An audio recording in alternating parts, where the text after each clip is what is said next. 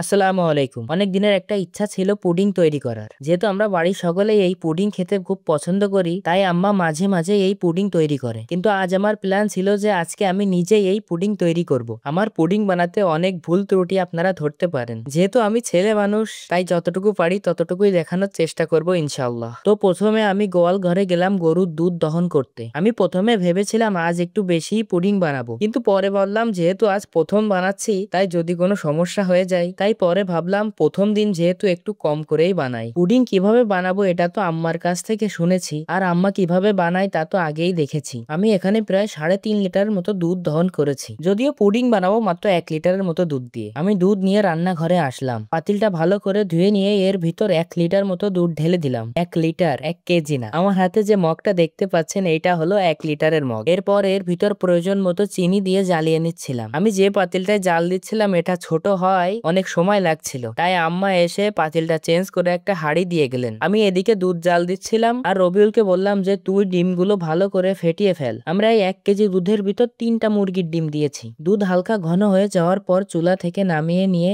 অল্প একটু সময় ঠান্ডা হওয়ার জন্য রেখে দিয়েছিলাম। তারপর একটু ঠান্ডা করে ফেটানো ডিমের ভিতর এই দুধ ঢেলে দিয়ে ভালো করে মিক্স করে নিলাম। এবার পালা ক্যারামেল বানানোর, মানে আর কি চিনির শিরা। একটা কড়াইয়ের ভিতর অল্প চিনি দিয়ে একটু সময় জ্বালানোর পরই এই ক্যারামেল তৈরি হয়ে যায়। ক্যারামেল দিলে আর কি সুন্দর একটা কালার আসে, যা আপনারা একটু পরেই দেখতে পারবেন ইনশাআল্লাহ। এবার একটা বাটিতে প্রথমে ক্যারামেল ও পরে তৈরি করা দুধের মিশ্রণটা দিয়ে ভালো করে বাটির মুখটা আটকিয়ে দিলাম। এবার একটা কড়াইয়ের ভিতর অল্প একটু পানি দিয়ে তার ভিতর বাটিটা দিয়ে দিলাম এবং একটা ঢাকনা দিয়ে ঢেকে দেওয়ার পর 10 মিনিটের মতো চুলায় জাল দিয়ে নিলাম। এরপর চুলা থেকে নামিয়ে এটাকে ঠান্ডা করার জন্য রেখে দিলাম। এই পুরো সময় ভিডিওতে আমাকে দেখলেও সাথে আম্মাও ছিল। আম্মা আমাকে একটু একটু গাইডলাইন দিচ্ছিলেন, তাই ক্রেডিটটা আম্মাকেও দিতে হবে কিছুটা আর কি। ভিডিও আপনারা 3-4 মিনিট দেখলেও এটা আমাদের বানাতে প্রায় 3-4 ঘন্টা মতো সময় লেগেছে। এবার পালা পুডিংটা ঢালার। ঢেলে দেখলাম পুডিংটা দেখতে মাশাআল্লাহ অনেক সুন্দর হয়েছে, কিন্তু দেখে বুঝলাম যে এটাতে ক্যারামেল বা চিনির শিরাটা একটু বেশিই হয়েছে। পুডিংটা দেখতে যেমন খুব সুন্দর হয়েছে,